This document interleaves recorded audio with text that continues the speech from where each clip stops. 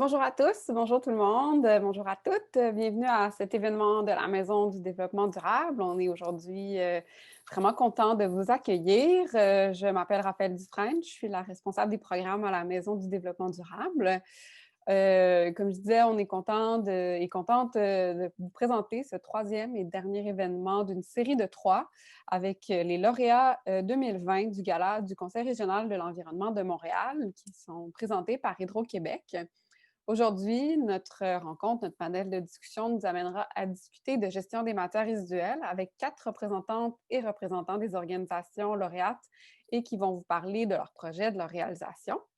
On est donc en direct sur Zoom, puis également sur les pages Facebook de la Maison du développement durable et du Conseil régional de l'environnement de Montréal. On vous remercie de vous être joints à nous. Donc, peu importe sur quelle plateforme vous êtes, écrivez-nous vos questions, vos impressions, vos commentaires, puisque après les différentes présentations, on va avoir une période d'échange afin de répondre à toutes vos questions. Puis, bien sûr, avant de débuter, je veux remercier les partenaires de la Maison du développement durable, Hydro-Québec, qui est partenaire principal de notre programmation, et la Ville de Montréal. Puis bien sûr, merci au CRE de Montréal pour ces magnifiques conférences. Je vous invite à suivre la Maison du développement durable dans les prochains temps, puisqu'on a plusieurs autres événements qui s'en viennent au courant de la saison. On a 2 événements programmés la semaine prochaine. Le mercredi 25 à midi, on tiendra une table ronde art, culture et développement durable afin de réfléchir à comment l'art peut servir au développement durable. Puis le 26, également sur l'heure du midi, ce sera un événement sur l'épargne afin de s'informer sur le sujet de l'investissement responsable. Donc, on revient à notre événement d'aujourd'hui. Je vous souhaite une bonne discussion, puis je passe la parole à notre animatrice du jour, Catherine Gosselin, qui est coordonnatrice des communications et des événements au Conseil régional de l'environnement de Montréal. Bonjour Caroline. Bonjour Raphaël. Merci beaucoup pour l'introduction. Merci aussi pour la présentation du sujet. Mon nom donc Caroline Gosselin. Je suis coordonnatrice événements communication au CRE Montréal depuis maintenant 2 ans et demi, donc depuis 2018. Puis, le Conseil régional de l'environnement est un organisme de bienfaisance indépendant consacré à la protection de l'environnement et la promotion du développement durable sur toute l'île de Montréal, et ce depuis 1996.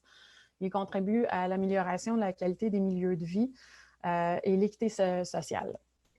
Donc, le CRE organise maintenant depuis 14 ans le gala en environnement, en développement durable. Puis, pour sa 14e année, on avait décidé de changer, de donner une cure de jouvence au gala. Donc, on avait planifié bien des changements. Malheureusement, la planification de la COVID n'était pas prévue, fait que ça a chamboulé un peu. Mais sinon, dans les changements prévus, on avait le nouveau logo, comme vous pouvez le voir sur la présentation. On avait donc les nouvelles thématiques qui ont servi à faire les conférences, la lutte au changement climatique, la protection de la biodiversité, la gestion des matières résiduelles. On avait des nouvelles catégories. On est passé de 5 catégories d'organisation à 5, de 3 à 5, donc corps public, municipal, provincial, fédéral, institutions, éducation et santé, moyennes et grandes entreprises, donc 50 employés et plus, organisations à but non lucratif, associations et coopératives, puis petites entreprises, moins de 50 employés. On avait aussi décidé de diviser les réalisations en 2 pour pouvoir vraiment mettre de l'avant les initiatives et les réalisations de plus longue haleine. Donc, on a réalisation championne et réalisation innovante. Réalisation championne, c'était des réalisations qui avaient été établies depuis plusieurs années, qui avaient des chiffres à l'appui, qui avaient des statistiques qui démontraient justement la force de leur projet. Qui avaient battu leur propre record finalement dans les différentes thématiques. Et les réalisations innovantes, c'était un nouveau processus, une nouvelle installation à Montréal, vraiment qui était hors du commun. On a aussi donné un nom à notre trophée cette année, on l'a prénommé la GEM. Donc, pour mettre de l'avant justement encore toute l'exceptionnalité des projets et pour jouer bien sûr avec le verbe aimer. On les aime, nos réalisations, on les aime, les projets. Puis tout ça, ben, c'est ça, c'était supposé de se réaliser au mois d'avril.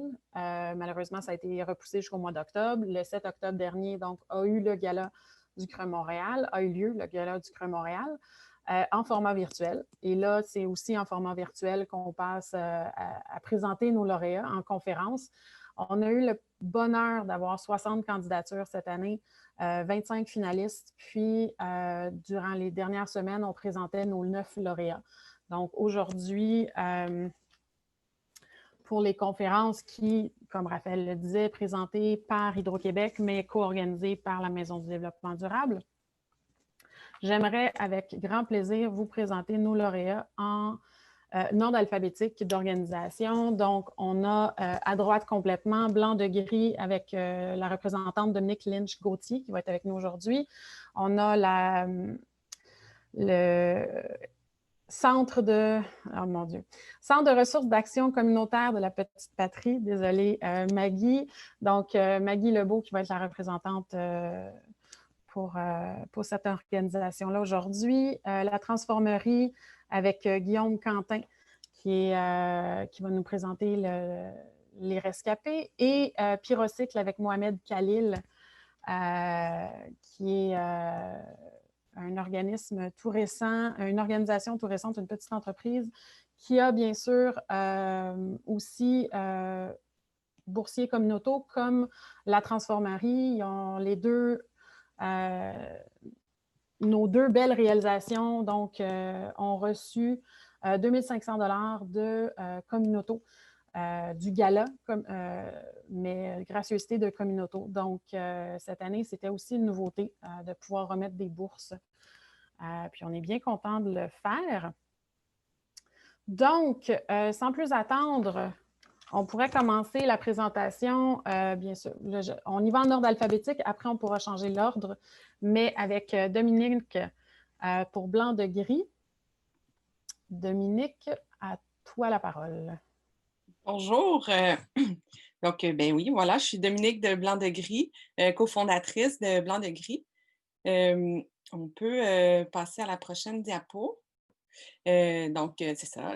Comme vous le savez sûrement, les champignons, par leur pouvoir de transformation de la matière organique, ils jouent un rôle super important dans les écosystèmes forestiers. Ils permettent, ils décomposent la matière, puis ils permettent entre autres aux végétaux de pouvoir accéder aux nutriments qu'il y a dans cette matière-là.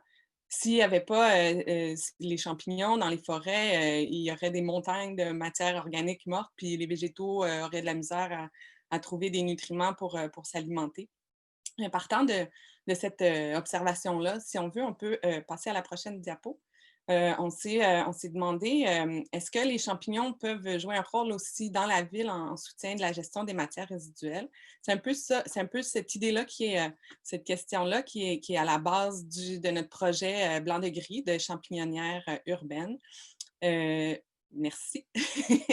Donc, chez Blanc de Gris, on est, c'est ça, une entreprise, une ferme de champignons d'économie circulaire. On récupère, au début, on récupérait du marc de café, comme on voit sur la diapo, puis de la pellicule de café. Maintenant, on a mis ça de côté pour se concentrer sur la drèche de bière. Donc, c'est le deuxième en partant de la gauche, le deuxième petit tas.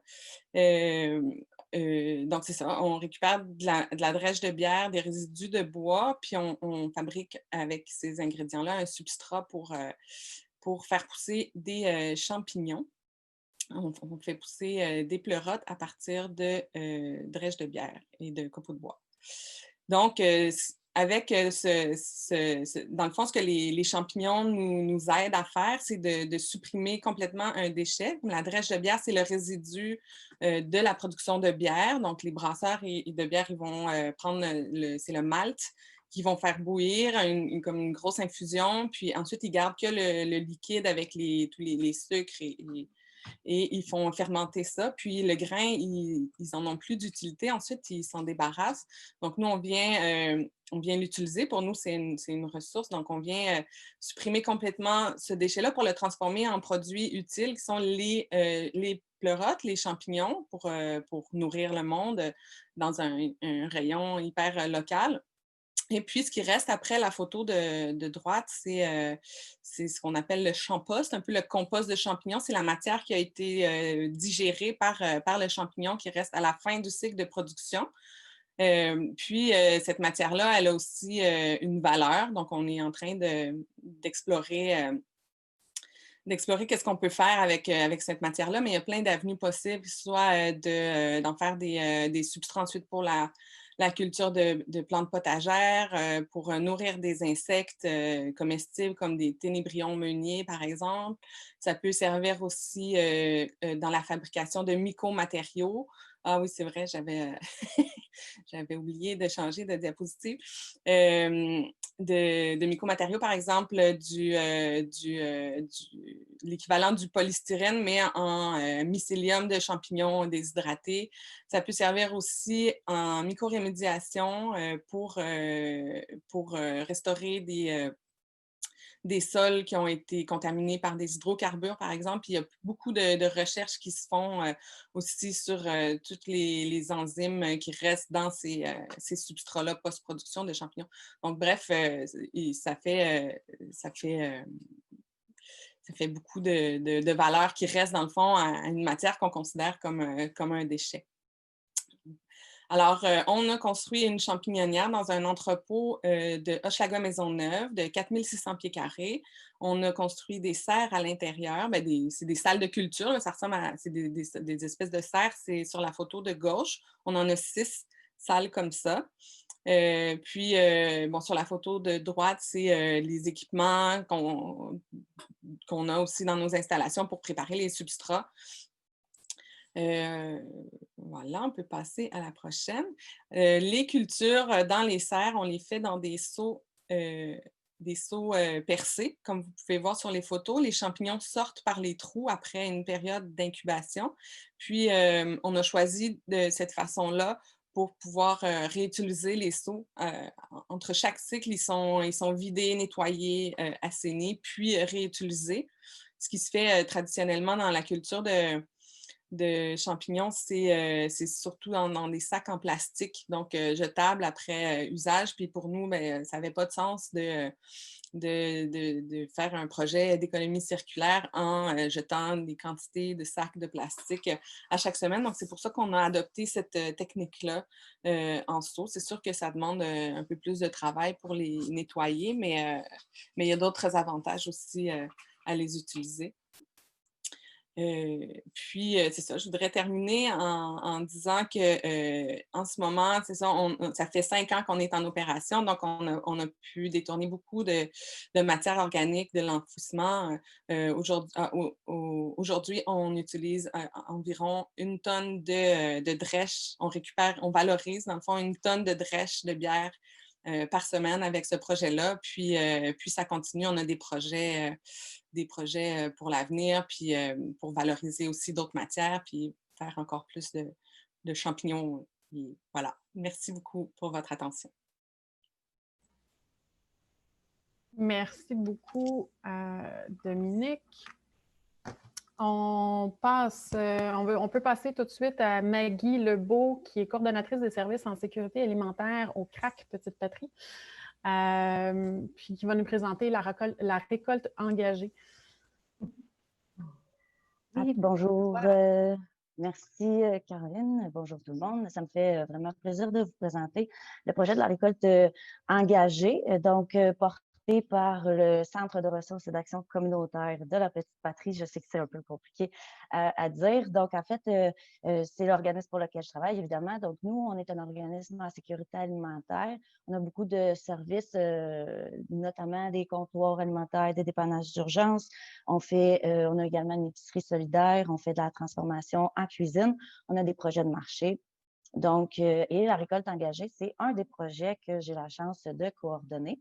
Donc, ça consiste à récupérer des fruits et légumes qui sont invendus directement au marché Jean Talon. Et puis, nous, ce qu'on souhaite, c'est que les personnes de précarité, essentiellement ou en priorité dans la petite patrie, puissent en bénéficier.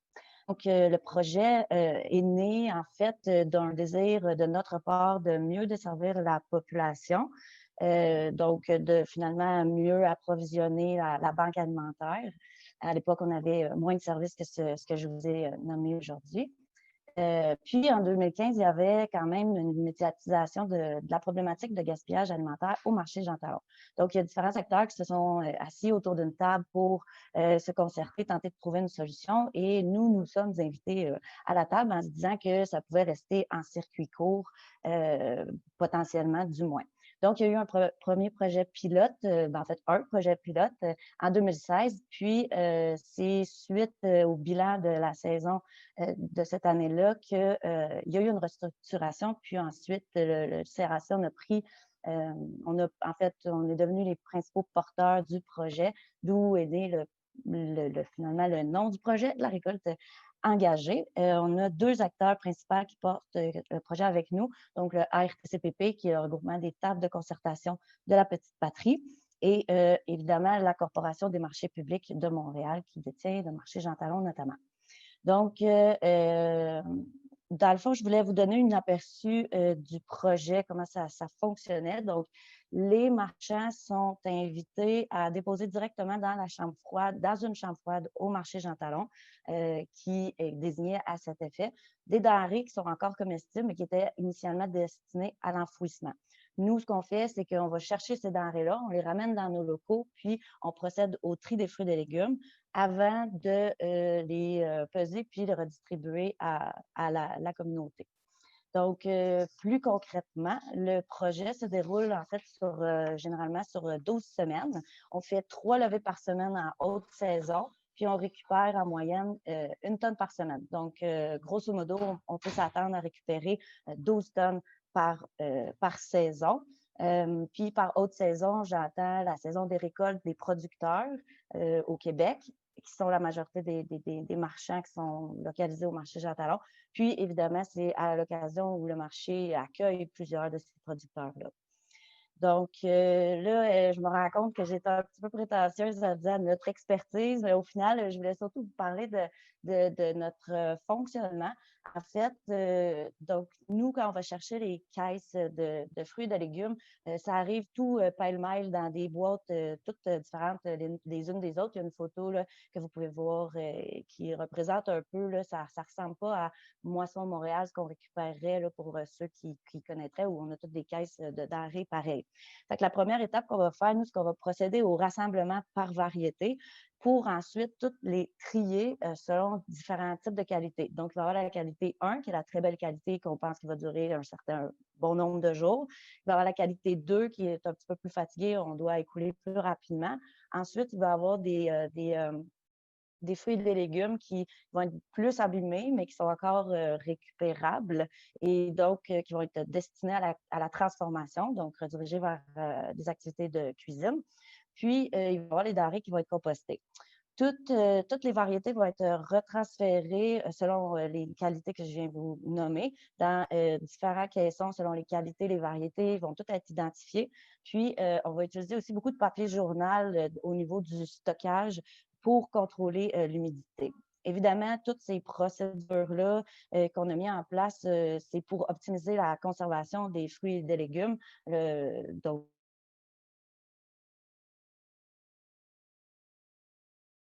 le plus longtemps possible, de ces denrées-là selon les qualités. Puis, on va par la suite les redistribuer à la communauté.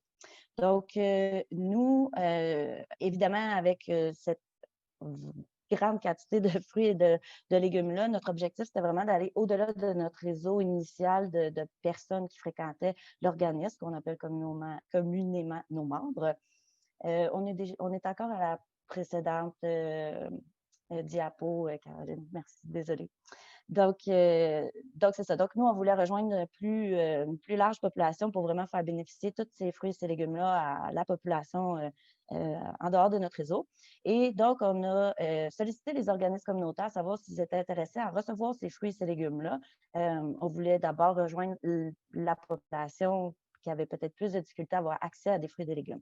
Donc, on a mis en place un agenda en ligne où les organismes sont invités à passer une commande finalement à la récolte engagée selon le type d'activité qu'ils souhaiteraient faire avec leurs participants.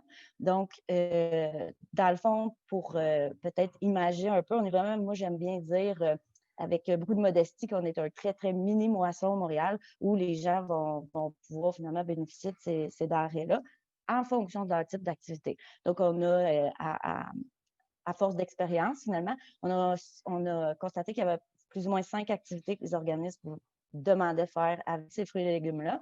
Donc, il y a soit de la distribution de paniers de fruits et de légumes, soit des ateliers, soit qu'ils ont déjà prévu des ateliers puis ils ont des denrées spécifiques qu'ils souhaiteraient avoir, soit ils veulent faire des ateliers, mais n'ont peut-être pas le temps de monter les ateliers ou l'expertise ou l'expérience pour le faire. Donc, à ce moment-là, nous, on va monter des ateliers à partir des denrées qu'on reçoit en stock. Soit ils peuvent commander des fruits et des légumes de type collation. Donc, ils demandent peu ou pas de transformation. Donc, ils vont manger soit entiers, par exemple des radis, des pommes, des tomates cerises, ou des légumes fleurs, donc des choux-fleurs, des brocolis. Soit ils vont faire des activités de transformation. Donc, là, c'est pour la cuisine directement, ou encore des activités ponctuelles, c'est-à-dire, par exemple, des organismes qui organisent une fête pour leurs bénévoles, qui voudraient fournir de la nourriture, puis qu'ils nous demandent de contribuer. Comme ça leur permet de diminuer les coûts de leurs activités. Donc, toutes ces commandes-là sont assemblées selon la préférence des participants. Donc, il y en a qui, par exemple, je ne sais pas, les aubergines sont particulièrement peu populaires. Donc, là, ça va tout être inscrit dans la commande qu'ils vont nous passer. Ou, au contraire, s'il y a des denrées qu'ils souhaitent, on va essayer de favoriser, de les envoyer à leurs activités. Donc, l'objectif de se donner tout ce souci du détail avec l'assemblage des commandes, c'est vraiment de diminuer la charge de la gestion des denrées auprès des intervenants. On le sait, ça demande beaucoup de temps et d'énergie de gérer de la nourriture. Donc, on veut vraiment faciliter les opérations et les activités pour eux et diminuer le gaspillage alimentaire.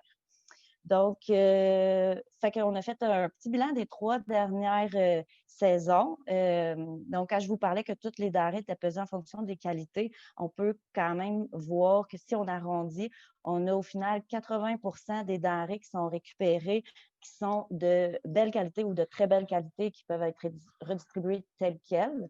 On a environ 10% qui est destiné à la transformation, puis 10% qui est composté. Fait qu'on peut quand même, nous, on est toujours surpris de la qualité des denrées qui nous arrivent avec le projet au marché Jean Talon. C'est vraiment impressionnant comment c'est beau. Donc, voilà, fait que pour faire court, les impacts de la récolte engagée, ou en fait, les principaux impacts, ça serait vraiment de contribuer à l'amélioration de l'accès à l'alimentation pour une population assez spécifique dans la petite patrie. Donc, pour vous donner un aperçu, dans le fond, au courant des dernières saisons, c'est environ 65 des 65 variétés différentes, qui ont été récupérées par saison. On a pu, au plus fort du projet, rejoindre jusqu'à 500 personnes par semaine avec ce projet-là, à travers un réseau de 25 organismes différents. Donc, ce n'est pas peu et c'est beaucoup de travail, même si ça ne paraît peut-être pas beaucoup dans le petit PowerPoint. Et puis, bien évidemment, comme le mentionnait dans la slide précédente, j'ai un blanc, excusez-moi. Donc, on a quand même permis de détourner des sites d'enfouissement 41 tonnes de fruits et de légumes, dont 10% ont fini par être compostés. Puis, ben, c'est quand même une bonne chose parce qu'au marché Jean Talon, pour plusieurs raisons, le compost n'est pas possible, ou en tout cas pas encore. Donc, c'est un objectif à long terme. Puis, ben, enfin, comme je l'ai mentionné très rapidement, toutes nos activités au niveau du tri sont faites avec des bénévoles. Donc, il y a une forte participation de bénévoles dans le cadre de ce projet-là. Donc, à chaque levée, on a au moins environ en moyenne 5 bénévoles qui vont venir participer à ces activités-là. Évidemment, ces personnes-là sont en rotation. Donc, ça crée aussi beaucoup d'échanges entre les différents participants. Puis là, on parle même pas des activités qui sont réalisées en dehors de nos locaux ou avec les autres organismes ou encore des activités complémentaires, par exemple évidemment des fiches recettes ou des fiches découvertes, donc qui aident les gens à découvrir des nouvelles façons de transformer, par exemple, des variétés qui sont moins connues. Donc, puis voilà, puis je tiens quand même à souligner au niveau de la mixité sociale, l'idée étant de dire qu'on va vraiment avoir des bénévoles au profil très varié. Puis, bien, évidemment, en ayant un peu le mode parapluie, c'est-à-dire nous, on ramasse beaucoup de fruits et de légumes, puis on les redistribue dans différents organismes qui touchent différentes personnes. Bien là, à ce moment-là, on peut aussi dire que ça permet de toucher à vraiment une grande panoplie de personnes. Donc, voilà, je vous remercie beaucoup de votre attention. Merci beaucoup, Maggie. C'est une présentation fort intéressante et on a découvert dans les lectures, mais vous allez le découvrir aussi, qu'un des partenaires du CRAC Petite Patrie, c'est notre prochain lauréat aussi. Donc, la Petite Patrie est en effervescence en ce moment. Guillaume Quentin va nous présenter les rescapés de la transformerie. Un très, très beau projet qui s'est mérité justement la bourse Communauto dans la réalisation pour une réalisation championne. Allô, Caroline, merci beaucoup. Merci au CRE Montréal pour le prix puis aux partenaires là, du gala qui a eu lieu. On a été super heureux de recevoir ce prix-là. Puis aussi, bravo aux récipiendaires. Tu l'as dit, Caroline, on a la chance de travailler avec le CRAC, fait qu'on était super heureux de voir que 2 projets du quartier avaient reçu un prix. Fait qu'on a eu la chance d'en parler ensemble. Là, les 2 organisations, on était super heureux. Tout ça pour dire aujourd'hui, je veux vous présenter un peu qu'est-ce qu'on fait, mais je veux vous partager un peu l'état d'esprit qui nous a amenés là. Parce que je pense que c'est important un peu de où est-ce qu'on est parti et où est-ce qu'on est rendu. Fait que je vais commencer par la petite histoire de notre projet. Vous voyez là, en fin de compte, sur l'image, c'est vraiment une photo là, de Thibault qui est co-initiateur avec nous du projet. Ce que j'aime dire souvent sur la transformerie, c'est une idée qui est tout droit sortie des poubelles. Au départ, moi, avant, j'étais en milieu de la restauration, j'étais chef. C'est là que j'ai rencontré Thibault. On travaillait ensemble, en fin de compte, sur l'approvisionnement local au niveau du restaurant où je travaillais, les 400 coups. Puis à un certain moment, moi, j'ai arrêté le travail début 2016, puis lui aussi a quitté son emploi. Puis à ce moment-là, on se demandait vraiment comment on peut participer à la co-construction puis d'améliorer le système alimentaire, le rendre plus résilient. Puis le sujet qui revenait toujours à la table, c'était vraiment le gaspillage alimentaire. On s'en est rendu compte, là, on en parlait, puis c'était toujours ça qui revenait. Puis Thibault sait que j'aime les défis. Fait qu'un matin, à l'automne 2016, on prenait un café sur sa terrasse ensoleillée. Il me dit, Guillaume, écoute, je te lance le défi de faire un souper gastronomique avec des déchets. Puis honnêtement, ça ne me tentait pas. Je trouvais ça vraiment, sincèrement, dégueulasse. Mais il sait que j'aime les défis. En 5 minutes, il m'a convaincu. J'ai changé d'idée. Ce qui m'amène, en fin de compte, à passer à la prochaine diapositive, Caroline. Vous voyez, là, en fin de compte, sur l'image, on ne savait pas où est-ce qu'on s'en allait à ce moment-là avec cette idée-là, mais on s'est vraiment littéralement jeté dans les containers derrière des épiceries. On savait qu'il allait y avoir de la quantité de nourriture parce que c'est bien relayé dans les médias, mais on ne s'attendait pas à trouver la qualité qu'on y a trouvée. Puis, vous voyez une photo d'un poivron jaune immaculé, bien ça, on en a vu des quantités massives. Puis, je dis ça de façon là, réaliste et non moralisatrice. Fait qu'en tant que chef par rapport à ça, moi, je ne pouvais pas rester insensible. Ce qui nous amène à passer à la diapositive suivante. Un des exemples qui est sorti de ce moment-là, c'est qu'on a cuisiné là, avec une dizaine de personnes, une journaliste du devoir, puis 2 photographes professionnels, différents plats. Puis je vous montre juste un exemple. C'était une laitue rôtie, quinoa, pomme grenade et sauge. Fait que ça met vraiment à l'avant-plan la qualité. Puis ça a vraiment été un super beau moment. Puis suite à ça, une semaine après, avec Thibault, on s'est vraiment demandé qu'est-ce qu'on fait avec ça. C'était vraiment, en fin de compte, une forme de jeu pour nous. Puis on s'est juste tout bonnement dit, on va faire imprimer une carte d'affaires bidon en 10 minutes au coin de la rue, ce qui nous amène à la slide suivante. Vous voyez la carte, là, c'était vraiment juste dire « ne jetez pas, appelez-nous ». En fin de compte, on voulait aller voir les commerçants pour les rencontrer. On s'est nommé la Transformerie, puis honnêtement, on ne se rappelle pas comment on a trouvé ce nom-là. Ça a juste sorti tout bonnement. Puis pendant une journée, on est allé à la rencontre de commerçants sans rendez-vous, vraiment en sollicitation à la fois, pour leur poser des questions, puis vraiment comprendre la problématique du gaspillage pour eux, mais dans un mode très positif. Puis il y avait toujours un de nous deux qui posait des questions, puis l'autre regardait le non-verbal, la réaction de la personne avec qui on parlait, qu'on a rencontré des employés, des gérants, gérantes, des propriétaires de commerce. Puis comme je disais tantôt, on voyait ça comme un jeu, fait qu'on n'avait pas d'attente. Puis je pense que c'est le même qu'on doit avoir l'innovation, pas de barrière à l'entrée. Puis on a vu qu'il y avait un manque, puis on est vraiment allé comprendre à ce moment-là ce manque-là. Puis on s'est dit, OK, il y a vraiment un intérêt des gens d'échanger avec nous. Fait qu'on a vu une opportunité, puis on s'est dit, on va aller plus loin avec eux. Ce qui nous a amené à formaliser des entrevues, commencer à creuser à ça avec des commerçants. Ce qui nous amène à la diapositive suivante, là, qui est la photo des 4 co-initiateurs initiatrices. En fin de compte, à un certain moment, 2 personnes nous ont joints, 2 amis, Bobby et Marie.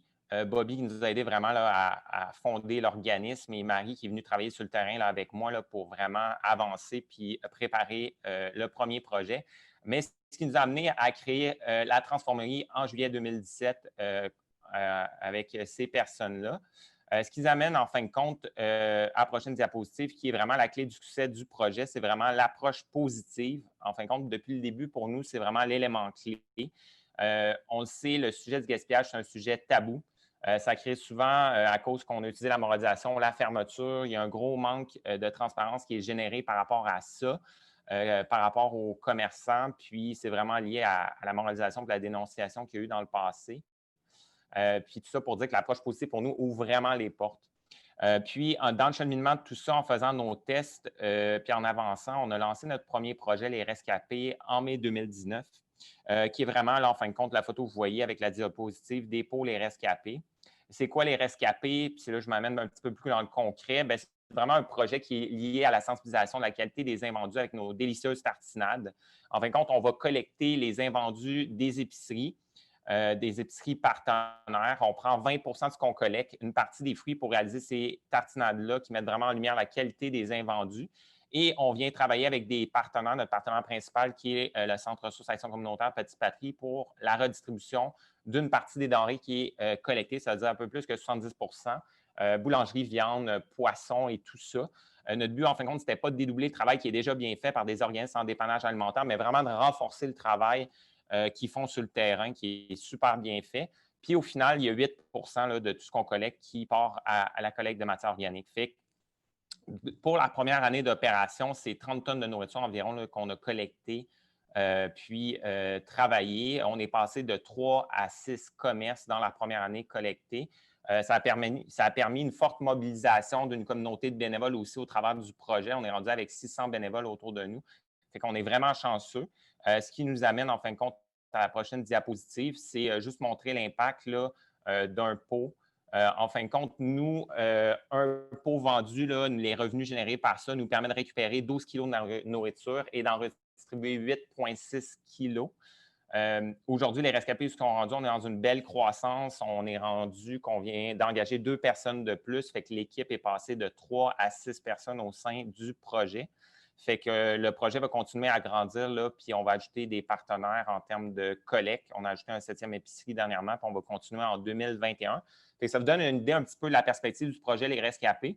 Le dernier petit truc que je voulais vous partager, on passe à la prochaine diapositive, c'est que je trouve intéressant d'expliquer pourquoi on est au BNL rapidement, parce que je trouve que c'est un état d'esprit, puis la raison que vous amenez là, je pense, est tout cohérent avec ce qu'on veut faire. C'est que dès le départ, nous, on s'est dit qu'on ne voulait pas profiter d'une problématique qui est le gaspillage. On voulait vraiment que ce soit un projet qui reste vraiment au sein de la communauté, qu'on implique la communauté, puis que la mission passe avant les revenus. Fait que c'est pour ça que nous, il a été très important de choisir ce statut légal-là. Ce qui m'amène à dire aussi, les Rescapés, c'est notre premier projet qui met à l'avant-plan la qualité des invendus. Mais en même temps, ça ne vient pas régler la problématique, ça vient plus travailler avec une solution, le clé en main, qui vient comme justifier un petit peu la problématique du gaspillage dans un premier lieu parce que les commerçants nous donnent la nourriture, mais ils ne viennent pas changer leurs pratiques, ils ne viennent pas améliorer leurs pratiques. Mais notre but, en fin de compte, en ce moment, là, on réfléchit à travailler avec quelques commerces là, pour regarder dans un deuxième temps, en 2021, de faciliter la réduction du gaspillage chez les détaillants alimentaires, c'est-à-dire chez eux, comment on peut améliorer leurs pratiques dans leurs murs avec eux en démarche collaborative, parce qu'à terme, d'une façon là, un petit peu vision, là, ce qu'on veut, notre but, ce serait d'une certaine manière de ne plus exister puis de se donner les moyens d'aller là. Fait que c'est un petit peu pourquoi je voulais vous partager pourquoi on est au BNL, puis je pense que ça fait bien du sens, puis c'est un modèle souvent là, que les gens ne pensent pas, mais qui vraiment prend du sens qu'on va avoir une mission et une cause. Fait que, ben, merci tout le monde pour votre écoute, puis ben, si vous avez des questions par la suite, ça me fera plaisir d'y répondre. Merci beaucoup, Guillaume. Effectivement, les questions du public sont attendues à la fin de notre conférence. Puis, passons maintenant à notre dernière présentation, le projet Pyrocycle, qui est présenté par Mohamed Khalil, qui est président et chef de la direction.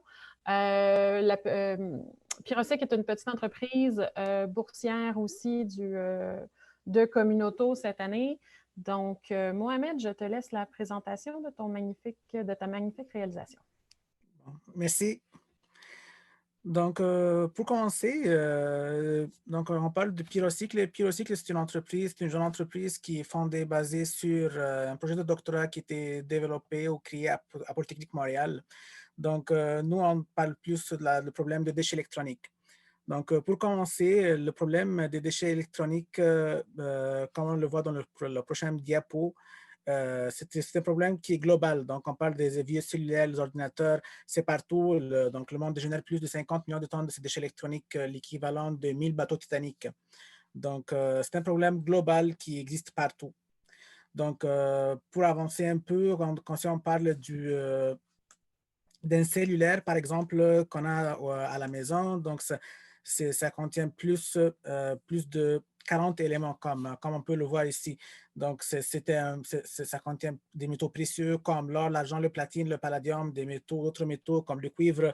Tout ça, c'est très intéressant de le récupérer. Mais si on parle plus dans le prochain diapo des métaux précieux comme l'or, par exemple, l'or, on peut le trouver toujours dans les mines, mais dans les cartes électroniques, par exemple, qui existent dans tous les appareils électroniques, ça existe avec des concentrations très élevées, à peu près 250 fois de plus que les minerais. Mais on a toujours un problème, qu'on peut le voir dans le prochain diapo, c'est concernant le mélange qu'on peut trouver dans les appareils électroniques et surtout les cartes électroniques.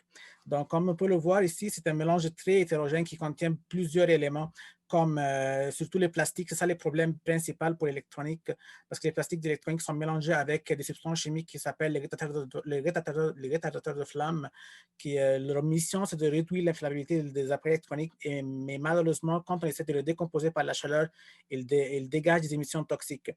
Donc, c'est pourquoi on n'essaye pas de le décomposer ici au Canada, par exemple, mais il existe déjà 2 solutions pour le faire. On peut le voir, la première dans du prochain diapo, c'est avant de parler de technologie, donc si on parle de marché ici, on a l'organisme qui s'appelle l'ARP Québec, ou l'Association de recyclage pour les produits électroniques, que selon eux, ils ont collecté à partir de leur centre qui le supervise plus de 20 000 tonnes par année. Donc, c'est un volume énorme et dans les 6 dernières années, on a seulement recyclé 10% seulement de ce tonnes-là. Donc, on a beaucoup de matériaux qui sont là, des déchets, et c'est une proportion très minime ou très minime qui était déjà recyclée ici. Donc, les méthodes, comme je dis, pour recycler ça, la première, comme on peut le voir ici, c'est les procédés mécaniques. Ce qu'ils font, c'est de séparer ça physiquement selon les propriétés physiques des déchets électroniques. Le problème avec ça, c'est toujours le chevauchement entre les propriétés des plastiques, des métaux. Donc, on termine toujours avec des plastiques qui sont mélangés avec des métaux et qui sont enfouis après. Et des métaux qui contiennent des plastiques qui sont contaminés avec les plastiques, en fait. Donc, ce n'est pas très efficace, mais c'est quelque chose qui existe beaucoup et qui ne coûte pas beaucoup d'argent. Les autres procédés, c'est les procédés pyrométallurgiques comme les fonderies. On a une grande fonderie ici au Québec, c'est la fonderie Noranda, qui est le processus qui existe depuis 90 ans. Ce qu'ils font, c'est de brûler ou comme brûler l'électronique dans un four à haute température. Ça génère des émissions toxiques, comme du soufre, par exemple, et ça vient aussi des plastiques qui n'est pas récupérable, mais c'est brûlé. Donc, ce n'est pas aussi bon pour l'environnement. Donc, basé sur ça, nous, on a pensé à Pyrocycle de changer cette méthode-là ou cette mentalité-là, d'aller de l'économie linéaire vers l'économie circulaire, basée sur le concept de nous, on va se situer dans cette chaîne-là après le centre de collecte de tri. Donc, notre mission, c'est de transférer les déchets qui sont déjà collectés et triés en matières premières qui vont servir après ça pour fabriquer de nouveaux appareils électroniques. Donc, pour faire ça, on va faire, pour notre technologie, dans la prochaine diapo, on parle plus de qu'est-ce qu'on fait exactement. Donc, le procédé, pour que ce soit très simple, ça commence avec une partie comme broyage, juste pour réduire la taille. On amène ça dans un réacteur où le magie se passe. Donc, on fait la décomposition, on décontamine les plastiques pour récupérer différents produits. La première, c'est du carbone. Donc, tout ce qui vient du plastique, on récupère du carbone, du plastique. On récupère des produits liquides qui vont servir à fabriquer de nouveaux plastiques, comme par exemple les cartes électroniques, les plastiques sont à base de phénol. Donc, on récupère ce phénol-là, on le revend comme produit chimique après. Le noir du carbone, on le revend aussi comme produit chimique. Et pour la partie qui est très rentable, c'est toujours les métaux. Donc, on récupère plusieurs métaux, comme des dizaines de métaux, comme on peut le voir ici. C'est de l'or, du cuivre. Donc, ce sont les métaux. Le cuivre, ça existe beaucoup dans les cartes électroniques, plus de 15%. Il y a aussi de l'or en petite concentration, mais la valeur, bien sûr, c'est rentable de le récupérer. Donc, c'est dans ce concept-là, nous, on a commencé à l'échelle de laboratoire, après ça, à l'échelle un peu d'incubateur de l'université, et maintenant, on est rendu à l'échelle pilote. On a évalué aussi l'impact de notre procédé sur l'analyse des GES qu'on peut éviter. Donc, basé sur ça, ce qui nous a aidé avec ça, c'est EcoFuel, l'accélérateur, avec Oxia, qui sont les responsables de préparer ce rapport-là avec nous. Donc, on a déjà évité comme à peu près 1256 tonnes de CO2 en 2020. Et on prévoit cette année, à la fin de l'année, c'est de prévoir d'éviter plus de 3266 tonnes de CO2. Donc, à la prochaine diapo, on peut, comme je dis, on parle un peu de notre roadmap. On est rendu, comme je dis, c'est un projet de recherche qui a commencé en 2016. Ça a évolué avec le temps, avec le travail au laboratoire. Après ça, on est rendu à l'échelle qui est un peu plus gros, à l'échelle de l'incubateur de l'université, qui est à Polytechnique Montréal. Et maintenant, on est rendu à l'échelle pilote où on est situé à Anjou. Donc, on prévoit commencer les opérations dans quelques semaines. On cible dans cette partie-là, c'est de commencer avec 1 à 2 tonnes par semaine et ça va évoluer avec le temps. Donc, on collabore avec les centres de collecte de tri privés. On collabore aussi avec les compagnies de télécom pour préparer tout ça comme matière première. Qu'on le reçoit, on le traite et on le revend après comme matière première pour de la raffinerie des métaux ou d'autres compagnies qui utilisent les produits chimiques. Donc, on a eu beaucoup de support, comme c'est toujours dans les dernières années.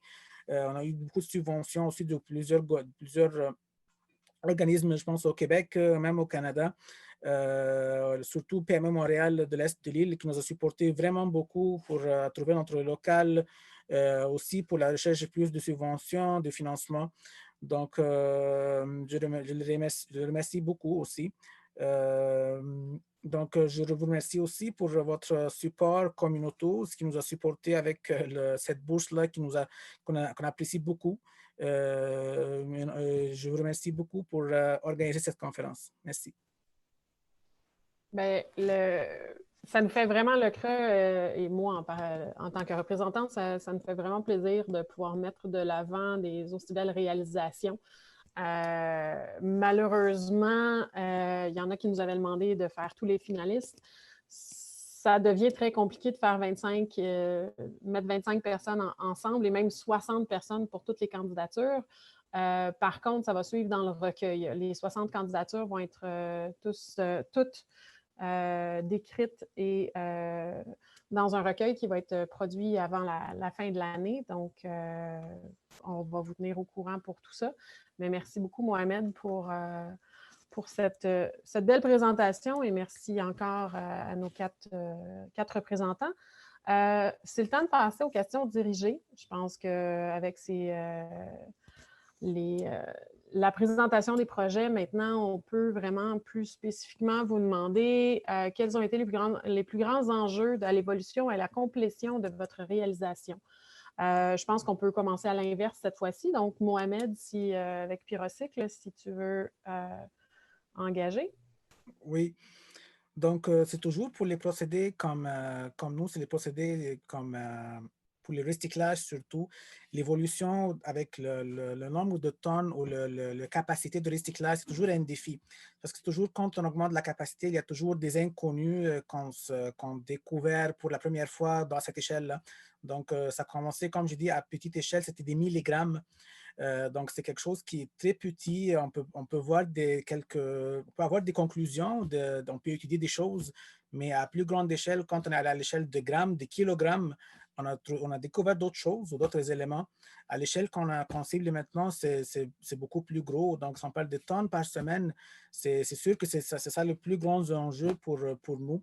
Et bien sûr aussi, comme startup, c'était un peu difficile au démarrage de l'accès au financement. C'était quelque chose qui est très difficile et aussi convaincre les fournisseurs des appareils électroniques de collaborer avec nous.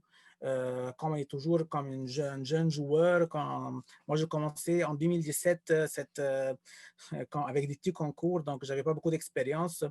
Je ne connais personne aussi, mais comme je dis toujours, l'écosystème entrepreneurial ici à Montréal, il m'a supporté vraiment beaucoup à bâtir mon réseau de contacts. Tout le monde que j'ai rencontré, je pense, a contribué d'une manière ou d'autre, soit avec des contacts, avec des conseils, avec beaucoup de ressources que je pense que j'ai trouvées ici à Montréal après que j'ai commencé à découvrir l'écosystème ici.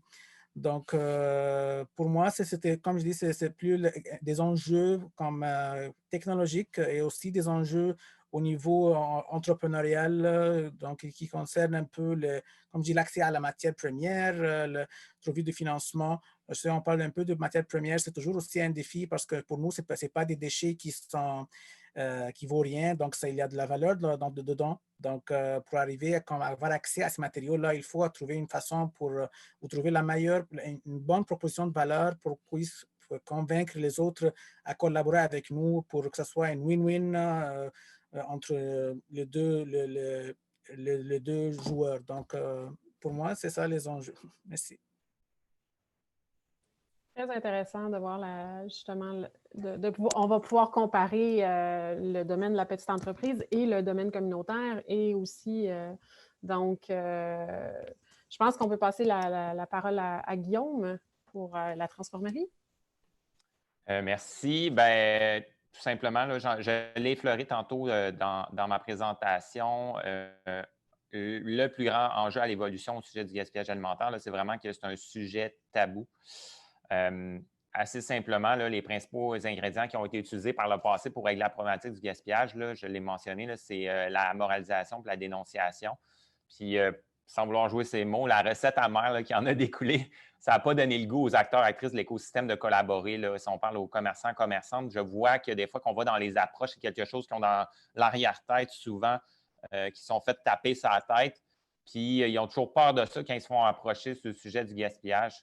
Fait que ça a plutôt empêché cette façon-là de fonctionner, les discussions, créer la fermeture d'esprit puis le manque de transparence. Puis ça ramène le point tantôt que je disais que naturellement, nous, on a eu une approche positive sur le sujet, fait que ça a vraiment permis d'amener ça sur un autre regard, mais ça reste toujours présent comme étant quelque chose que les gens sont craintifs, tout ça. Fait qu'il faut toujours y aller de façon positive, puis vraiment s'assurer là, que les gens comprennent qu'on est dans ce mode-là de solution pour travailler avec eux. Parce qu'on le ressent toujours en arrière-scène là, que c'est là que c'est présent. Oui, vraiment intéressant. Le ton, c'est ça. En tant qu'organisme à but en environnement, justement, le ton moralisateur, on se l'est fait. Ça a été critiqué pendant plusieurs années. Je pense que tout le monde a compris, mais on a besoin d'acteurs sur le plancher, justement, pour vraiment avoir un contact direct avec les acteurs, les commerces et tout. Donc, merci beaucoup, Guillaume. Je pense qu'on peut passer à Maggie, qui a sûrement un processus similaire aussi.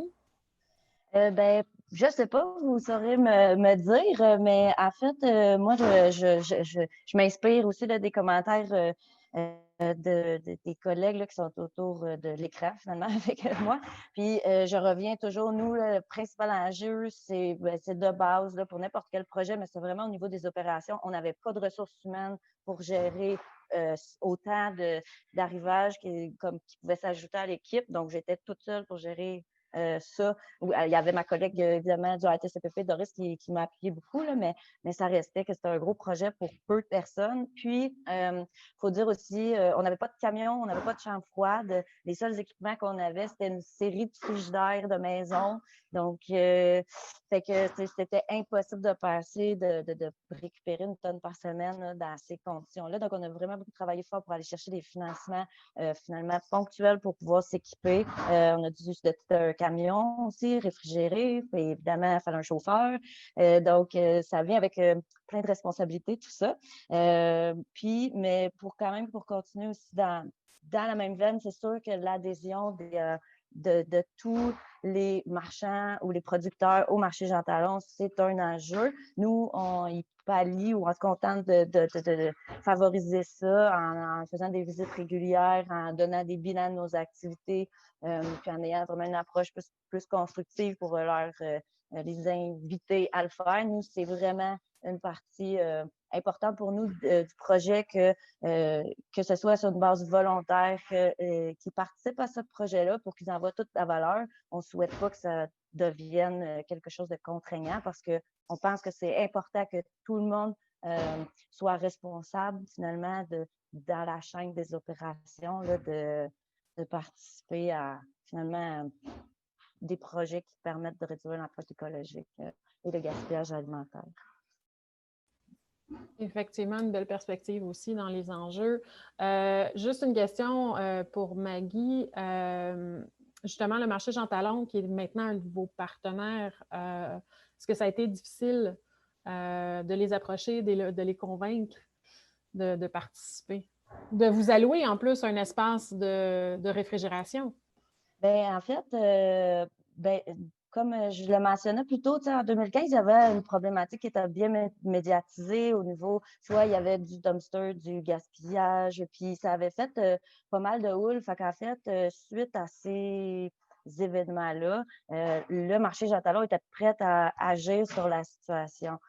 Donc, non, je ne pourrais pas dire que ça a été compliqué. On a eu des problèmes au niveau de la chambre froide au marché Jean Talon, mais là, ça arrive, ça, c'est pas de leur faute. Maintenant, c'est réparé, on est vraiment contents. Puis, l'autre chose, c'est plus que c'est que les marchands ils louent des espaces là-bas. Donc, il n'y a pas de relation de pouvoir, là, si je peux dire. C'est comme le marché Jean Talon ne pourrait pas imposer des façons de faire forcément à ces marchands sans trop créer de houle, du moins. Donc, c'est très... ça, là-dessus, c'est plus délicat. Fait que c'est pour ça que nous, on a vraiment une agente de liaison qui va sur le plancher, là, puis qui fait justement de ce beau projet quelque chose de très positif pour tout le monde pour être sûr que l'adhésion soit au rendez-vous. Mais non, ça n'a pas été compliqué pour ces raisons-là. On aime beaucoup quand tout rentre au bon moment, quand les étoiles s'alignent en bon québécois. Ben, tant mieux pour vous, Maggie. Dominique, dans votre cas, quels ont été les enjeux? Oui, on a fait face à plusieurs défis depuis le début. Je rejoins un peu ceux de Pyrocycle. Au niveau du financement, ça a été compliqué au début. Trouver une assurance aussi parce qu'on arrivait avec un projet qui était un peu nouveau, qui n'avait pas été fait de cette façon-là avant. Donc, les banquiers étaient peut-être un peu frileux de financer quelque chose qu'ils ne pouvaient pas comparer avec quelque chose qui existe. Pareil pour l'assurance, là, ça a été compliqué aussi. Mais bon, je te dirais que les plus grands défis qu'on a rencontrés, ça a été vraiment des défis de production technique. La culture de champignons, c'est difficile. Plus difficile qu'on pensait. C'est sûr qu'on avait fait des formations, des tests, tout ça, mais le changement d'échelle aussi a apporté des défis qu'on n'avait pas vraiment vu venir ou expérimenté avant. Donc, ça a vraiment été ça le plus difficile, je dirais. Ouais. Très intéressant. Là, on est en pleine heure de lunch, puis on parle de bouffe depuis tantôt. Pour avoir vu les productions, justement, de blanc de gris, les productions de la transformerie, un peu aussi avec le crack Petite Patrie. En tout cas, vous faites de très beaux projets. Puis Mohamed avec Pyrocycle. Ça ne se mange pas, mais c'est très, très, très utile. Fait que vos enjeux sont réels, puis franchement, très intéressant. Je pense qu'on peut passer sur ça à la deuxième question parce que justement, c'est un peu en lien. Quelles ont été vos plus belles surprises face à ces enjeux-là? Quels ont été vos plus grands apprentissages? Si je vais en... Mohamed, si tu veux commencer, après on va changer l'ordre avec plaisir. Donc, pour moi, je pense que la plus belle surprise, c'est l'opportunité qui est déjà là. Donc, malheureusement, comme moi, j'ai commencé, il y a beaucoup de monde qui m'ont dit, tu entres dans un marché qui est impossible de compétitionner avec personne. Il y a comme une technologie qui existe, mais c'est pas vrai. Moi, quand j'avais besoin qu'on mette beaucoup d'efforts, bien sûr, mais ce que j'ai découvert après ça, c'était comme c'est l'opportunité, les plusieurs opportunités que j'ai trouvées. Donc, pour moi, c'était les gens voulaient, comme j'ai vu beaucoup de support comme public, des gens qui supportaient le concept de l'économie circulaire dans le problème des déchets électroniques. C'est quelque chose qui n'est pas discuté où les gens ne parlaient pas beaucoup de ce problème-là parce qu'il y a déjà quelque chose qui existe pour le faire et on a un problème, donc c'est déjà comme jeté ou exporté dans d'autres pays. Donc le problème il est déjà réglé d'une façon ou d'autre qui est légal ou non légal. Mais pour moi, j'étais comme... après beaucoup de travail, bien sûr, pour moi, j'étais très surpris que je trouvais les opportunités, que je trouvais le support du public avec chaque entrevue que je fais. Par exemple, je trouve beaucoup de support des gens qui supportent beaucoup l'initiative de l'idée de penser d'une façon différente. Et aussi, comme immigrant, j'ai trouvé beaucoup de support pour moi aussi, comme que les gens... Moi, j'ai trouvé beaucoup de monde qui supporte l'idée que les immigrants qui travaillent, qui veulent bâtir un bon, comme un Québec qui est plus durable, qui est plus comme vert. C'est ça ce que moi j'aime beaucoup Québec, j'aime Montréal. Je dis toujours que la raison pour laquelle je pensais de cette façon-là de créer une entreprise, c'est parce que j'ai aimé, j'ai aimé beaucoup Montréal et je n'ai pas voulu comme quitter pour travailler dans d'autres provinces.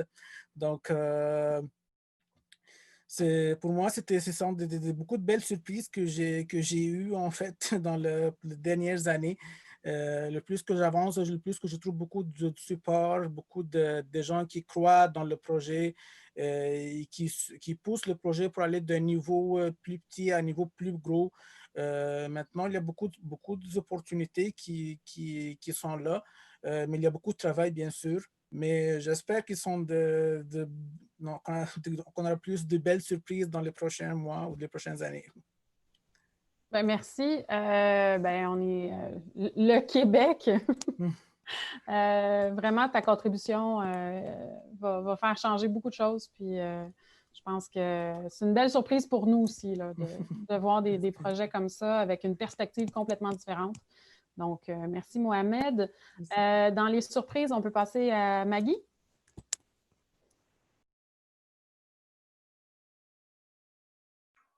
Oui, excusez-moi. Donc, en fait, nous, on savait qu'il y avait beaucoup de gaspillage alimentaire, évidemment, comme tout le monde. Mais comme quand tu es confronté à 1 tonne par semaine, c'est une surprise. Je ne sais pas si c'est une belle surprise, mais en tout cas, c'est surprenant. Puis de là, en fait, a découlé 2 nouveaux projets qu'on appelle les cuisines créatives. Et les marchés engagés. Donc, en fait, les cuisines créatives, ça vise vraiment à récupérer des denrées qui ne seraient pas consommées s'ils n'étaient pas transformés. Donc, voilà, en fait, on fait pratiquement pas d'achat pour ce projet-là. Et puis, les marchés engagés, en fait, l'objectif, c'était vraiment d'aller faire de la sensibilisation par rapport au gaspillage alimentaire pour sortir du réseau des organismes communautaires aussi. Donc, on s'installe dans les parcs de la Petite Patrie pour faire de la sensibilisation. On met les fruits et les légumes à prix libre. Donc, les gens qui ont moins de sous pour s'en acheter peuvent en acheter à très petit prix ou en tout cas au prix qu'ils veulent. Puis ceux qui souhaitent nous encourager puis prendre juste un petit légume, ils peuvent le faire à ce moment-là. Puis tout ça, ça crée un bon voisinage en même temps. Donc, je dirais que ça, c'est les plus beaux impacts imprévus là, de ce projet-là. Voilà. Excellent. Merci beaucoup, Maggie. On peut passer à Dominique pour les belles surprises et les grands apprentissages.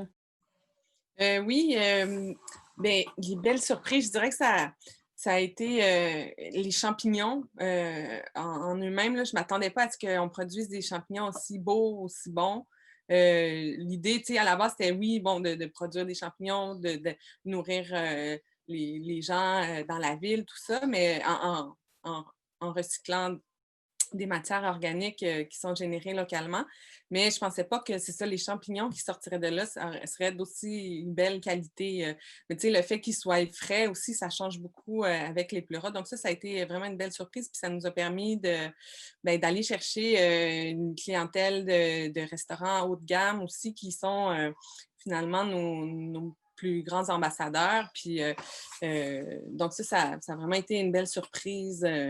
Au niveau des apprentissages, un des grands apprentissages qu'on a fait depuis les bientôt 6 dernières années, c'est de rester ouvert, en fait, de pas s'accrocher à notre idée de départ qui était de faire pousser des champignons dans du marc de café. On a eu plein de problèmes avec le marc de café. C'est pour ça qu'on l'a mis de côté en ce moment.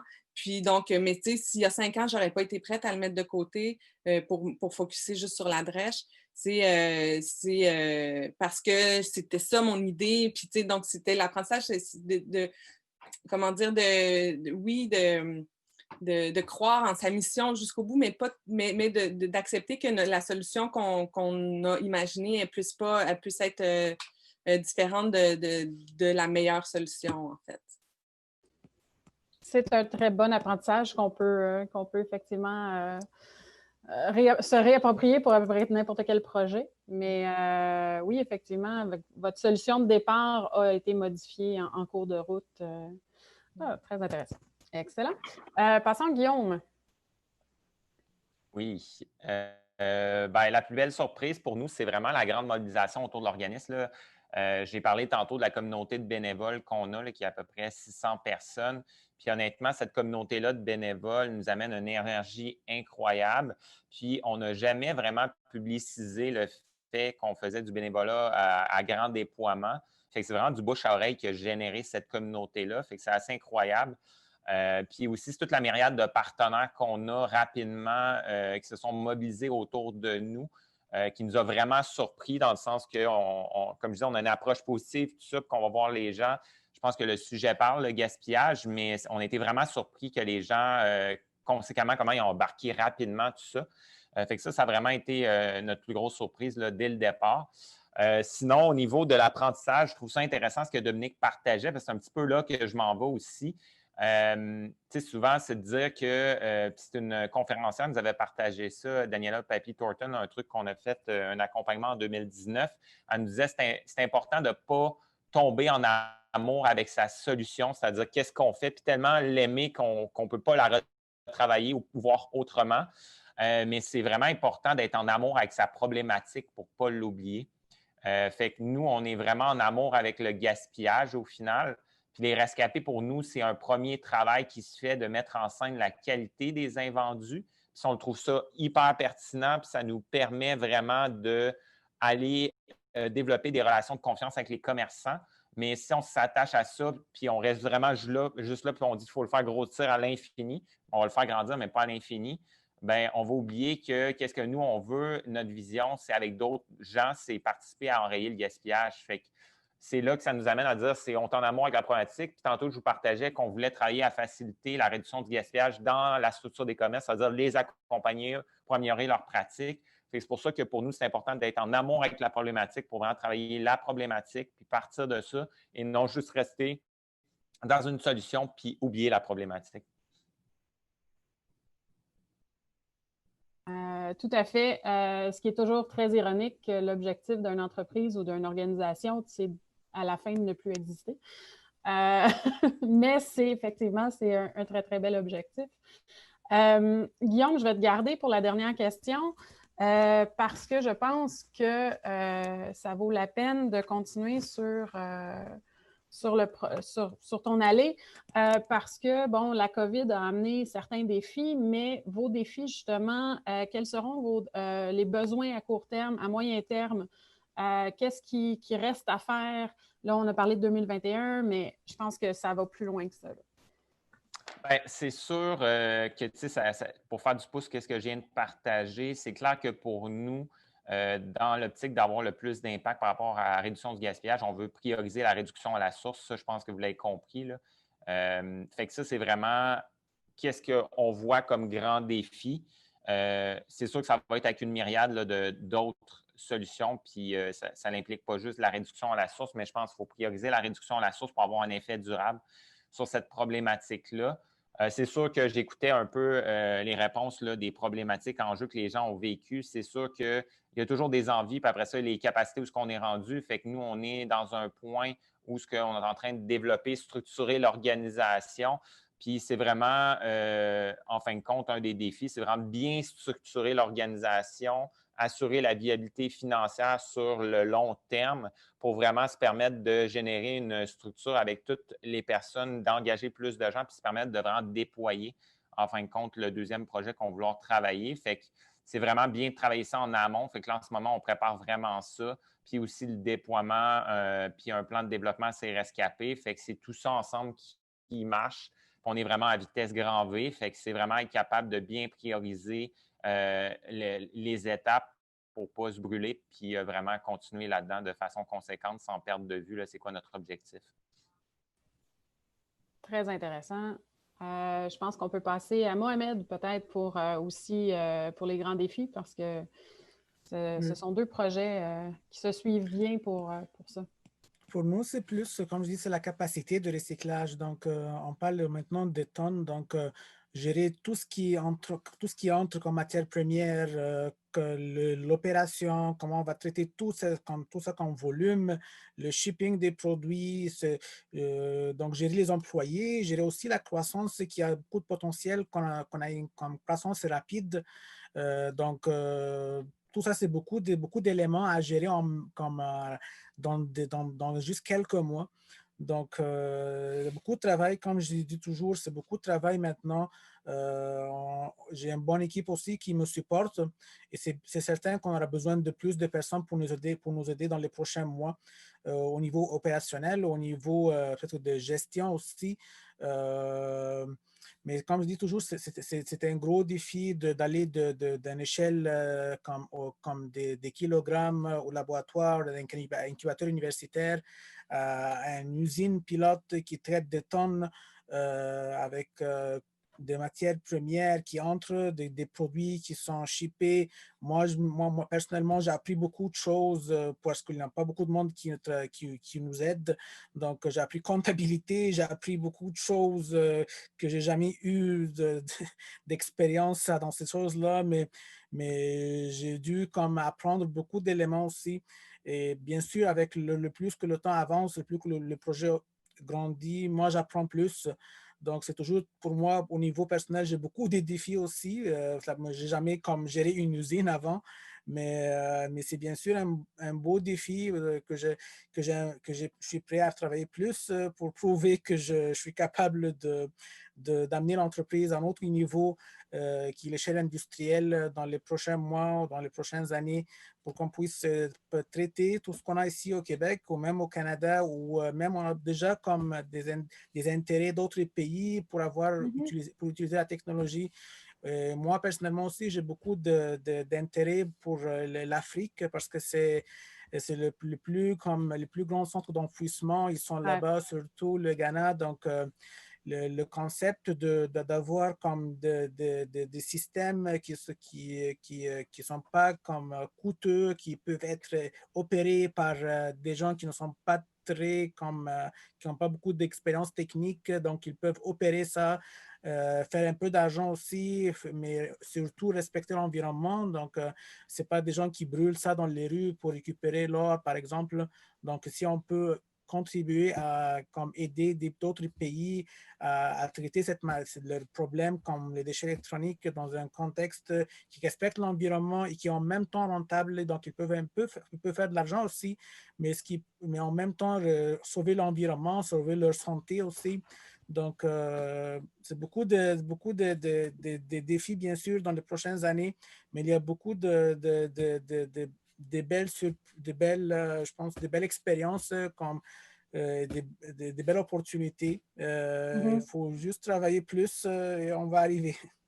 Excellent. Ben, merci. Franchement, c'est des beaux projets. C'est une belle suite pour Pyrocycle. Puis je pense que l'international est toujours une option. Une fois que tous les tests vont être finis, je pense que ça va être révélateur. Effectivement, les centres d'enfouissement électronique sont immenses dans certaines régions d'Afrique. On va passer à Maggie pour les grands défis à court et moyen terme. Oui, donc en fait, moi, en attendant qu'il y ait des réductions à la source, nous, nos objectifs et nos défis, c'est vraiment de continuer à détourner les denrées qui sont comestibles des sites d'enfouissement et plus spécifiquement des fruits et des légumes. Donc, en fait, évidemment, le financement, c'est rien de nouveau. C'est vraiment un enjeu important, surtout quand on a des projets de lutte à la pauvreté où l'argent ne peut pas venir de la poche des gens qu'on dessert. C'est un enjeu qui est assez est présent, puis qui nous tient vraiment, sincèrement, réellement à cœur. C'est jamais la direction qu'on prendra pour autofinancer le projet. Donc, clairement, la créativité est de mise, à l'instar des collègues qui l'ont dit. Donc, continuer de s'adapter. Puis, nous, ce qu'on souhaiterait, c'est continuer à augmenter l'approvisionnement donc en termes de fruits et de légumes et surtout mieux soutenir les organismes qui souhaitent avoir accès à des fruits et des légumes pour leurs participants. Donc ça serait vraiment à moyen terme là, pour la prochaine saison. Ça serait ça qu'on souhaiterait. Excellent. Merci, Maggie. Et on va terminer cette dernière question avec Dominique pour les grands défis et les besoins.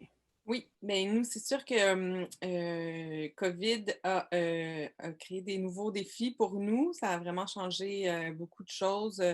On a perdu, dans le fond, beaucoup de nos clients. On vendait avant le mois de mars à peu près 95% de nos champignons dans les restaurants à Montréal. Puis, on s'est retrouvés du jour au lendemain avec plein de champignons et plus de commandes.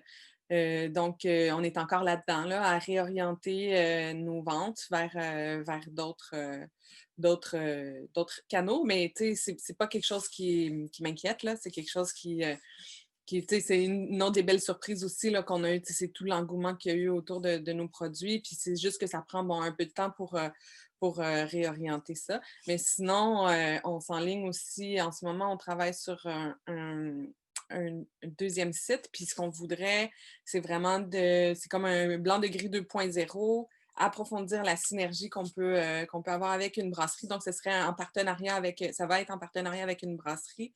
Puis, donc, c'est ça, c'est l'idée d'approfondir la synergie, d'être sur place aussi pour récupérer la drèche sur place, arrêter de la transporter avec tous les inconvénients que ça comporte, génération de gaz à effet de serre et autres. Et puis aussi voir est-ce qu'on pourrait récupérer des rejets thermiques de la brasserie pour alimenter nos serres, de la vapeur aussi, parce que nous, on a besoin d'un air humide. Donc c'est ça les défis plus à moyen terme là, qui s'en viennent pour nous. Super intéressant. Merci beaucoup, Dominique. Je pense que j'aimerais soulever que si, dans les gens qui nous écoutent, vous avez des suggestions ou des propositions à faire à nos représentants, à nos panélistes d'aujourd'hui, je vais vous donner mon adresse courriel parce que je pense que ça pourrait être intéressant si on peut trouver soit un mécène pour certains trucs ou soit un comptable pour Mohamed ou peut-être Dominique d'autres options et Guillaume. Il y a peut-être des commerçants qui nous entendent en ce moment. Donc, vous pouvez m'écrire à cgosselin, @cremtl.org. Sinon, ben, c'est ça, vous pouvez trouver nos coordonnées sur le site Internet du CRE Montréal. Je pense que pour l'instant, on n'a pas de questions du public. Fait qu'à ce point-ci, j'aimerais inviter mes panélistes à se poser des questions entre eux. Je pense que c'est une option très intéressante des fois, parce que, bon, oui, Maggie, Guillaume, vous vous connaissiez avant, mais je pense que Mohamed, Dominique et vous ne connaissiez pas. Donc, si vous aviez des questions à vous poser mutuellement, je pense que vous pouvez ouvrir vos micros si vous avez des questions, bien sûr. Moi, je peux commencer. Peut-être pour comment vous gérez comme la croissance de votre entreprise? Est-ce que c'est quoi les défis que vous avez eus, par exemple?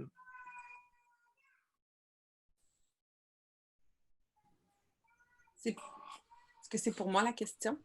Pour tout le monde. Pour gérer la croissance, je ne sais pas trop. C'est une bonne question. Je peux répondre, moi, de notre côté. C'est un jeu d'équilibre. Au final, là, je pense que, Mohamed, tu dois le vivre. Là. C'est comme il y a différents morceaux qui s'imbriquent là-dedans. Puis quand tu as un morceau qui avance, ben, les autres, il faut qu'ils suivent. Fait que, tu sais, autant la COVID a remis des choses en perspective, puis il a fallu s'assurer que certains morceaux, on les renforçait ou qu'on ait des plans B, que ce soit exemple, puis je suis sûr que Maggie a vécu la même chose, tu sais, c'est l'approvisionnement, tu sais, les invendus, ben, il y en a eu moins à un certain moment, fait que c'est une réalité, fait que comment on s'assure que ça peut être un petit peu plus stable. Aussi, nous autres, on fait de la vente, ben, comment la vente elle peut suivre. Fait nous autres, on a une grosse poussée sur les ventes en ce moment. Là, on a augmenté l'approvisionnement. Là, le morceau qu'on travaille en ce moment, c'est rendre plus efficient la production en ajoutant des équipements, une personne de plus là. Fait que c'est comment tu joues sur un jeu d'équilibre. C'est comme si tu marches sur un fil de fer. Là, je ne vois pas ça de façon négative. C'est juste que tu t'assures d'être agile au travers de ça pour que tout suive. Parce que si ça vend trop, puis là, la production, ben, c'est pas solidifié. Ben, à un moment donné, il va y avoir un manque, des déceptions, des attentes qui ne sont pas répondues, tout ça. Fait que moi, je me vois un peu comme la vue d'ensemble au travers de ça avec l'équipe. On en parle de façon très transparente. Puis on communique, puis c'est vraiment on avance, puis on s'assure de comme pas juste dire on vend pour on vend ou on collecte pour on collecte. Il faut que tout suive, puis ça soit cohérent. Ben, moi, peut-être à une très différente hauteur, parce qu'on n'est pas une entreprise non plus, en tout cas. Surtout que ça ne ressemble pas à ce que tu fais du tout, là, Mohamed. Mais moi, je dirais que la clé de notre capacité à réussir finalement à développer des projets, c'est vraiment de toujours se laisser porter par, comment dire, en fait, de toujours rester super flexible puis d'essayer de créer des projets qui sont le plus malléables ou modulables possible pour rester, nous, notre enjeu, c'est vraiment de rester collé sur les besoins de la population. Ça pourrait être un des éléments, quand on parlait tantôt de trop aimer son projet ou trop aimer la problématique, nous, ça pourrait être ça, juste de pas voir justement que les intervenants ont besoin finalement ont besoin, mon Dieu, ils sont grands, là, mais comme bénéficieraient clairement de plus d'accompagnement. Donc, en fait, c'est vraiment de développer ton projet en fonction de ce que tu constates au fil de la route, puis jamais de traîner à quoi que ce soit. Sauf que c'est sûr que moi, c'est facile à dire, là, je suis pas en train de monter une industrie, fait que je ne sais pas comment ça pourrait être transposable à de la machinerie comme ça, mais ça reste que ce serait le meilleur conseil que je pourrais donner à quiconque qui souhaite développer des projets. Et ton projet est vraiment chouette, comme tous les vôtres. Mais je peux peut-être ajouter aussi, je suis désolée pour mon blanc de tantôt, là, j'ai eu, ça m'est revenu. Mais Guillaume, aussi, pour revenir à ce que tu disais, c'est vrai que l'adéquation entre l'offre et la demande, des fois, c'est un travail d'équilibriste, tu sais, puis peut-être dans ce sens-là, c'est de prévoir peut-être des plans B, par exemple, pour nous, en tout cas, quand on travaille avec du frais, ben, c'est de dire, nous, si les champignons, on les vend pas dans la semaine, ben, c'est comme, ils vont aller nourrir la boîte à compost ou, tu sais, finir à la transformerie, mais c'est bien, mais je veux dire, c'est pas ça qu'on veut, tu sais. À la base, on veut les vendre frais, c'est ça c'est là qu'ils sont le meilleur, les champignons. Fait que c'est de trouver ben, des plans B pour dire, on ne va pas stresser avec ça. Si une semaine, on a, Dame Nature a été généreuse, puis on a une meilleure récolte que d'habitude, ben on a l'option d'aller les faire déshydrater, mettons, puis on n'a pas le stress de les vendre en roche. Là. Donc, ça peut être une option, c'est ça, de prévoir des plans B si le plan A ne fonctionne pas exactement comme prévu aussi pour gérer la croissance. Si je peux rajouter, le gala a justement eu aussi cette conscientisation-là on était rendu, je pense, au plan F. Donc oui, la modulation, les plans, je pense qu'on apprend beaucoup avec vos expériences, puis je vous en remercie beaucoup. Est-ce qu'il y avait une autre question avant vos conclusions? C'est bon. Fait que je pense qu'on peut passer à la conclusion de chacune des organisations. Et encore là, on va rebrasser, puis je pense que je n'ai pas commencé avec Maggie encore. Donc, à toi, Maggie, pour la conclusion de ton organisation. Je suis déçue de commencer parce que je n'avais pas préparé ma conclusion, moi. Je ne pourrais pas m'inspirer des autres, je vais y aller comme ça. En fait, j'ai noté un mot qui n'a pas beaucoup, je ne sais pas, en tout cas, que moi, je ne l'ai pas nommé, du moins. Puis l'économie circulaire. Moi, je pense que c'est vraiment quelque chose qui devrait être mis de l'avant. Puis ça m'a beaucoup inspiré tous vos projets, évidemment, spécialement quand Dominique, tu parlais d'avoir finalement des salles pour faire pousser les champignons directement dans les brasseries.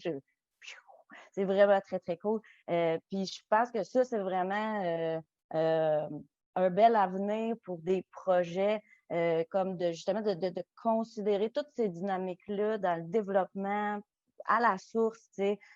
Puis je pense que on a tout un peu ça, là, dans des parcelles de ça dans nos projets. Mais je dirais que moi, si on pouvait s'en aller tout en même temps dans ces directions-là, ça serait vraiment, vraiment génial. Puis, je dois ajouter évidemment que c'est compliqué, là, toute la problématique du gaspillage alimentaire, entre autres, là, et l'alliance que ça doit prendre, la forme que ça doit prendre avec la lutte à la pauvreté, à l'exclusion sociale. Mais pour moi, ça reste des valeurs qui sont absolument qui doivent s'associer à certains niveaux et on ne doit pas oublier cette dimension-là là, dans tout ce qui est nouveaux projets d'économie circulaire. Donc voilà, ça va ressembler à ça ma conclusion. Je vous remercie beaucoup pour nous avoir donné l'opportunité de faire cette conférence-là. C'était super. Ça fait plaisir. Je pense que Dominique peut enchaîner, justement, étant donné que tu t'es fait lancer la balle. Oui. Oui, je voudrais dire en conclusion que je voudrais remercier en fait le CRE d'organiser ce gala-là, puis tous les gens qui font quelque chose aussi, qui font des réalisations, qu'elles soient lauréates ou finalistes ou pas, ou même toutes les autres, parce que c'est vraiment nécessaire en fait. Comme Maggie disait, qu'on aille tous dans la même direction. Les enjeux sont tellement grands. Tu sais, ça peut paraître, je ne sais pas, angoissant des fois. Moi, je le vis, en tout cas, là, un peu d'anxiété par rapport à toutes ces crises qui nous attendent, qu'on commence à vivre, sociales, environnementales, sanitaires. Puis, je pense qu'on a le devoir de tous faire qu'est-ce qu'on peut à notre échelle avec nos connaissances, avec nos deux mains, pour aller tous dans la même direction pour que nos enfants ils puissent vivre et que ce ne soit pas trop douloureux pour eux aussi. Inspirant. Guillaume? C'est encore remercier, Caroline, toi et ton équipe là, pour pour ce moment-là. Je suis très heureux d'y avoir participé puis content d'avoir écouté tous les beaux projets. Je connaissais le Crack, puis Blanc de Gris un peu, mais je suis vraiment content d'avoir entendu Mohamed. Le mot qui me vient en tête, moi, c'est résilience. Je pense que c'est un mot qui est de plus en plus présent dans l'écosystème. C'est-à-dire comment on rend un écosystème, le système alimentaire, plus résilient. Puis je pense qu'on a beaucoup d'acteurs, actrices, plus qu'on pense, qui veulent mettre la main à la pâte, encore plus à cause de la pandémie. Le contexte social, l'envie est là. Je pense qu'il faut juste donner les moyens de nos ambitions. La ville aussi, je pense qu'elle est vraiment à l'écoute. La ville, par rapport à tout ce qui est en lien avec la gestion de matières résiduelles pour 2035, ont vraiment dit qu'ils voulaient atteindre 85 % de réduction des déchets, ce qui est assez incroyable comme leadership. Fait que je pense qu'il y a vraiment ce terreau-là fertile. Puis aussi, je vous invite à, si vous n'êtes pas déjà au courant, il y a une consultation sur le gaspillage alimentaire, une consultation publique qui vient d'être annoncée le 12 novembre et qui va avoir lieu là, avec une séance d'information début décembre, puis les mémoires seront déposés en janvier-février. À participer parce que la Ville va vraiment écouter ça. Je pense qu'on a envie d'écrire un plan d'action après qui va découler en partie des recommandations qui vont sortir de là. Fait que gênez-vous pas à participer à un mémoire, c'est pas une thèse de doctorat, ça peut être une simple opinion d'une phrase, d'une page. Fait que des fois, on voit ça plus gros que qu'est-ce que c'est. Je pense qu'il faut voir ça plus simple puis participer au processus qui est présent là, qui est très pertinent. Fait que, mais merci tout le monde, puis continuez vos beaux projets. Merci au CRA. Merci Guillaume. Et on termine avec Mohamed sur une petite conclusion. Donc, moi, je remercie toujours l'équipe de CRA Montréal pour tous vos efforts. Et je suis très content aussi de rencontrer les autres lauréates. Moi, j'espérais que ce soit en présentiel. Moi, j'aime beaucoup parler aux gens. Donc, malheureusement, cette année, c'est difficile pour tout le monde. Mais bon, on est rendu à la fin de cette année. Donc, c'est une bonne nouvelle. Comme je dis, je vous félicite pour tout le travail que vous avez fait avec votre équipe. Je remercie aussi tout le support qu'on a eu de différents organismes ici à Montréal, soit du PME Montréal. Vraiment, il nous a aidé beaucoup.